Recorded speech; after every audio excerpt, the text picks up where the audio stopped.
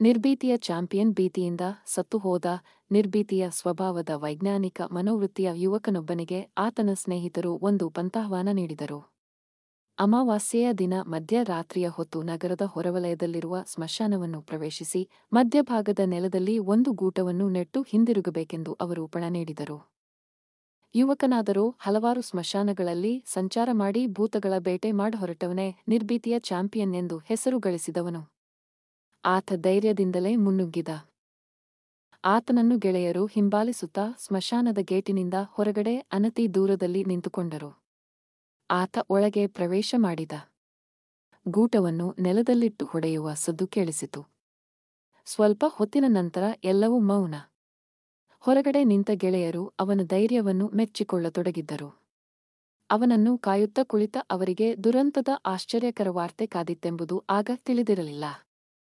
ಕೂಗಿ ಕರೆದರೂ ಅವನಿಂದ ಮರುದನಿ ಬರಲಿಲ್ಲ. ಮೂಡಣಬಾನಿನಲ್ಲಿ ಕೆಂಪಡರತೊಡಗಿತ್ತು.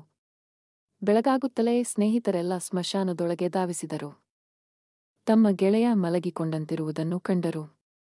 ಇನ್ನೂ ಸಮೀಪಿಸಿ ಅವನನ್ನು ಸ್ಪರ್ಶಿಸಿ ಪರಿಶೀಲಿಸಿದಾಗ ಅವನು ಮರಗಟ್ಟಿ ಶವವಾಗಿರುವುದನ್ನು ಕಂಡರು. ಅವನ ಪ್ರಾಣಪಕ್ಷಿ ದೇಹಪಂಜರದಿಂದ ಹಾರಿಹೋಗಿ ಆಗಲೇ ಗಂಟೆಗಳಾಗಿದ್ದವು.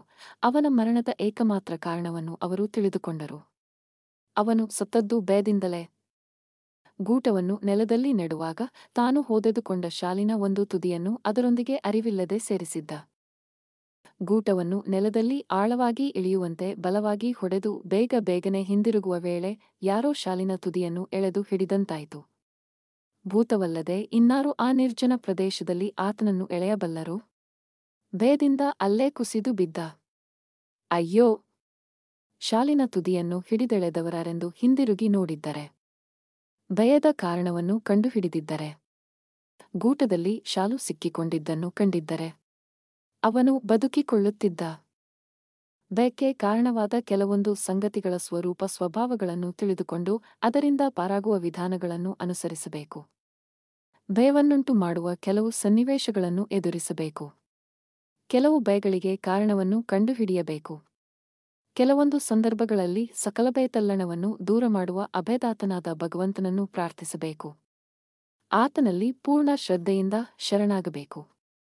ಈ ವಿಡಿಯೋ ಕೇಳಿದ್ದಕ್ಕಾಗಿ ಧನ್ಯವಾದಗಳು. ನಿಮಗೆ ಈ ವಿಡಿಯೋ ಇಷ್ಟವಾದಲ್ಲಿ ಲೈಕ್, ಕಾಮೆಂಟ್, ಶೇರ್ ಮತ್ತು ಸಬ್ಸ್ಕ್ರೈಬ್ ಆಗಿ ನಮ್ಮ ಚಾನೆಲ್ಗೆ. ಮತ್ತೆ ಸಿಗೋಣ ಮುಂದಿನ ವಿಡಿಯೋದಲ್ಲಿ. ನಮಸ್ಕಾರ.